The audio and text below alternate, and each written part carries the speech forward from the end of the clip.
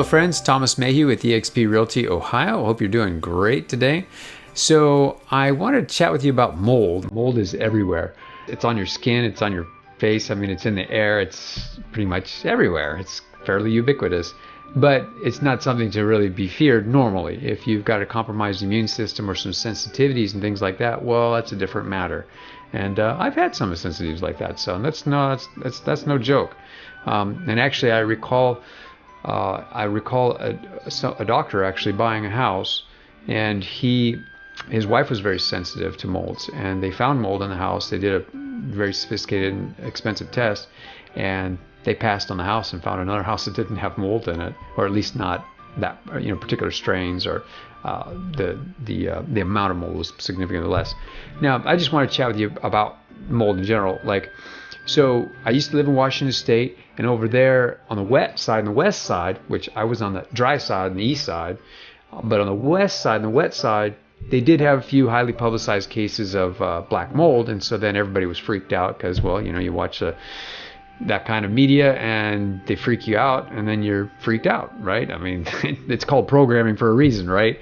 So anyways, so for a while, the inspectors and the realtors had to kind of deal with that and help people understand, well, just because it's black in color doesn't mean that it's the deadly black mold, because to be honest, there's 300,000 varieties of mold, as I understand it.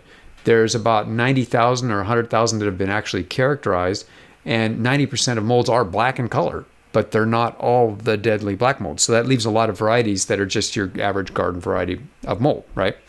So, and a lot of times today, inspectors will use the term microbial activity, which is actually highly advised because they don't know for sure what it is. It might not even be mold. It could be mildew or something like that.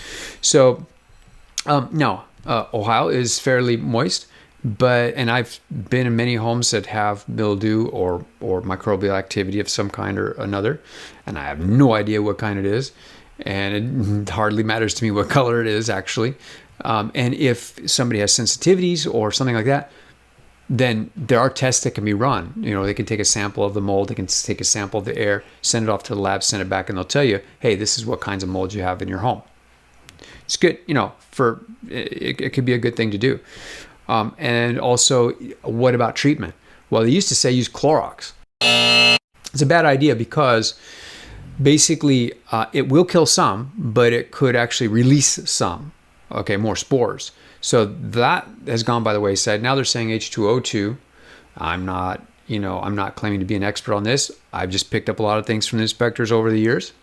So that being the case, you can do the test. If it's something bad, well, and you want it remedied, you can get it remedied.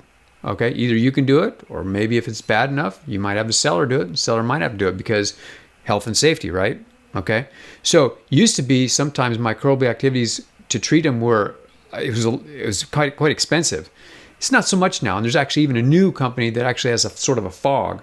And if you need a reference for them, I can help you with that too. And so there's lots of options. And if there's anything you need having to do with real estate, residential primarily, but I do commercial, I do warehouses and different things like that. I have an engineering degree, and so I kind of enjoy the challenge of other things, land and so on, multifamily. It's all good. So let me know if I can help. Take care.